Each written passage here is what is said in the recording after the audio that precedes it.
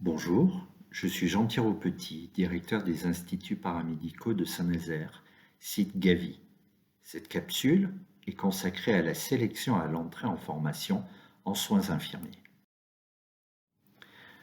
Parlons un petit peu du contexte de cette sélection.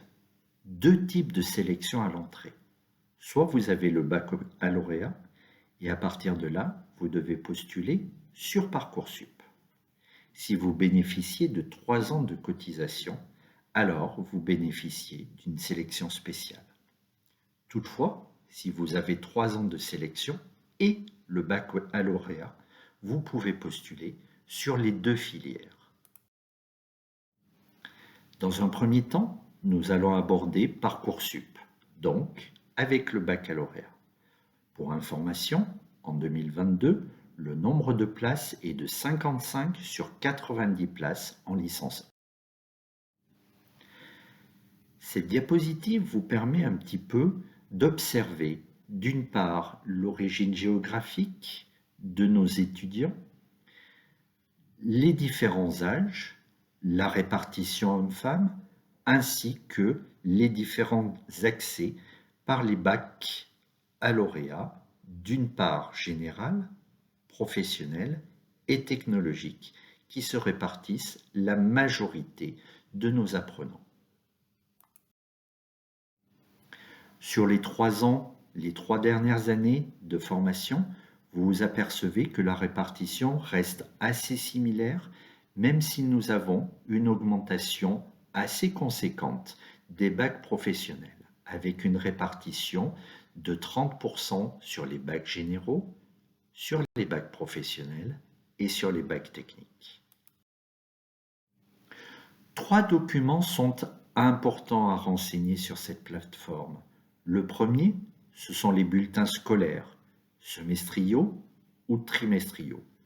Ce sont vos lycées qui vont inscrire ces bulletins au niveau de la plateforme. Le deuxième document est la fiche à venir. La fiche à venir est une fiche qui est complétée soit par votre proviseur, soit par votre professeur principal. Et enfin, à vous d'écrire les 1500 caractères consacrés au projet professionnel. Tous ces éléments sont importants. Soyez efficaces et sans faute d'orthographe. Comment sont évalués les projets? Vous avez 5 critères que vous pouvez retrouver dans l'arrêté du 3 janvier 2019. Ces critères sont exclusivement nationaux. Donc tous les instituts, toutes les universités vont réaliser les évaluations de vos projets selon ces 5 critères. Préparez en amont votre projet d'orientation. Allez voir les personnes ressources au niveau de votre lycée ou de votre entourage. Échangez au sein de votre lycée. Préparez votre brouillon, optimisez les mots, entraînez-vous à rédiger vos motivations. Enfin, préparez les éléments nécessaires pour vous inscrire sur Parcoursup. Respectez le calendrier des différentes étapes. Il est fondamental de bien relire ce calendrier. N'hésitez pas à vous abonner aux comptes sociaux Parcoursup tel que cette diapositive vous indique. Parlons maintenant de la sélection spéciale, dite FPC. Il s'agit d'une cotisation de 3 ans minimum.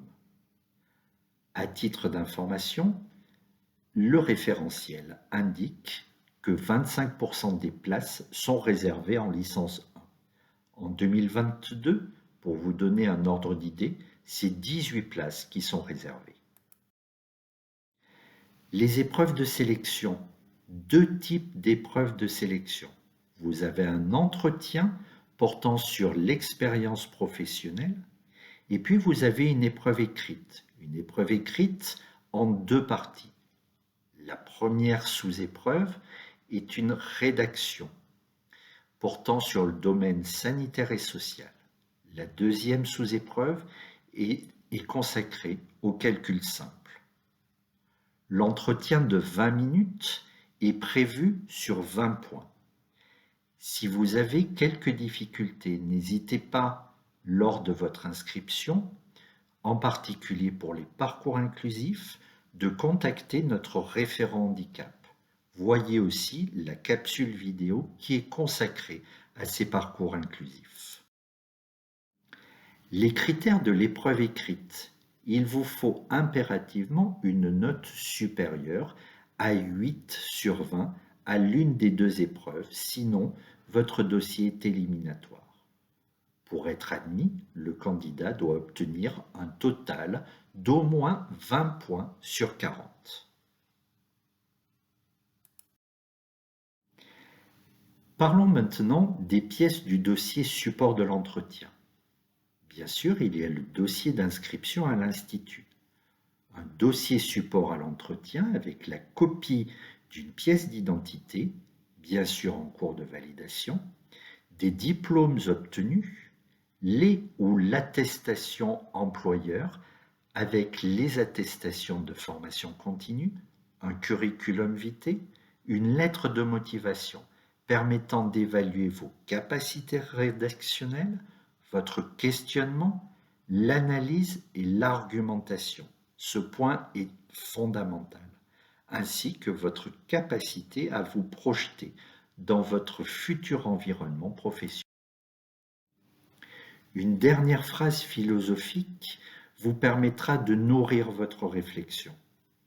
Tous les étudiants, pour apprendre, doivent être actifs et produire quelque chose.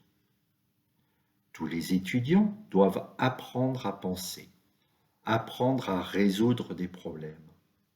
Enfin, tous les étudiants doivent se préparer à vivre en société et en conséquence apprendre à collaborer avec d'autres personnes.